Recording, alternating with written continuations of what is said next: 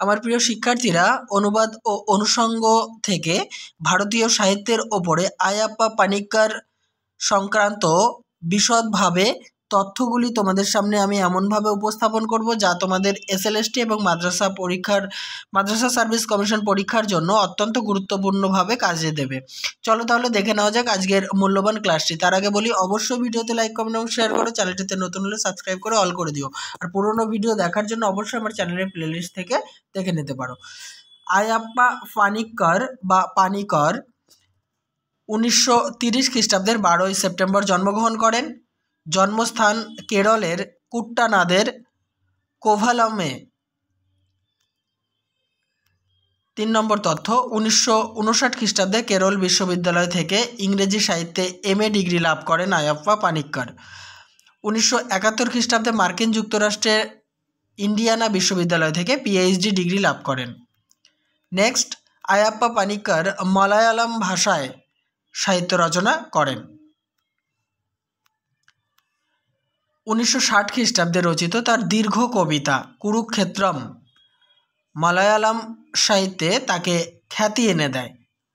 অর্থাৎ এই কুরুক্ষেত্রম রচনার মধ্যে দিয়েই তার সাহিত্য জগতে কিন্তু একটা বিশাল পরিচিতি চলে আসে।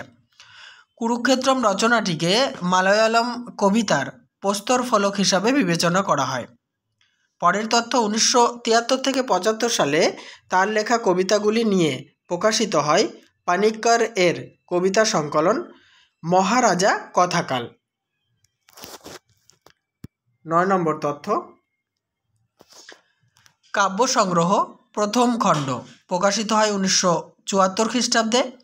কাব্য সংগ্রহ দ্বিতীয় খণ্ড প্রকাশিত হয় 1982 খ্রিস্টাব্দে। কাব্য সংগ্রহ তৃতীয় খণ্ড প্রকাশিত হয় 1989 খ্রিস্টাব্দে। নেক্সট, কেরল কবিতা নামে একটি ত্রৈমাসিক পত্রিকার সম্পাদনা করতেন আয়াপ্পা পানিক্কর। মালায়ালাম কবিতাকে রোমান্টিকতার প্রচলিত ধারণা থেকে মুক্ত করে তিনি মুক্ত পদ্যের অবয়ব দিয়েছিলেন। পরের তথ্য, তার রচনায় দর্শন ভাবনা থেকে কার্টুন সমস্ত কিছুই স্থান পেয়েছে। কবিতা, সমালোচনা, প্রবন্ধ প্রভৃতি সাহিত্যের নানা শাখায় তিনি অবাধ বিচরণ করতেন বা করেছেন। 16 নম্বর, মধ্যযুগীয় ভারতীয় সাহিত্য নামক সাহিত্য একাডেমির সংকলনটির তিনি সম্পাদক ছিলেন। ভারতীয় সাহিত্যের এনসাইক্লোপিডিয়া প্রকাশের ক্ষেত্রেও আয়াপ্পা পানিক্করের গুরুত্বপূর্ণ ভূমিকা ছিল। জেনে নেব পরের তথ্য, 1981 থেকে 1982 খ্রিস্টাব্দের মধ্যে গবেষণার কাজে তিনি ইংল্যান্ডে থাকার সময় James Dickey, Johns Hollander, Allen Ginsberg প্রমুখ কবির সান্নিধ্য লাভ করেন। আয়াপ্পা পানিক্করের কাব্য সংগ্রহ ইংরেজিতে যে নামে অনুদিত হয়েছিল তা হলো ডেজ অ্যান্ড নাইটস। আয়াপ্পা পানিক্করের কাব্য সংগ্রহের দ্বিতীয় সংস্করণটি ডেজ অ্যান্ড নাইটস নামে অনুদিত হলে কবি উৎপল কুমার বসু এই কবিতাটি দিন ও রাত্রি নামে বাংলায় অনুবাদ করেন। পরের তথ্য, ডেজ অ্যান্ড নাইটস নামক কাব্যটি বা কাব্যগ্রন্থটি দিন ও রাত্রি নামে সাহিত্য একাডেমি থেকে প্রকাশিত হয়। 1974 খ্রিস্টাব্দে আয়াপ্পা পানিক্করের কবিতা সংগ্রহ আয়াপ্পা পানিক্কর কৃতিকাল প্রকাশিত হয়।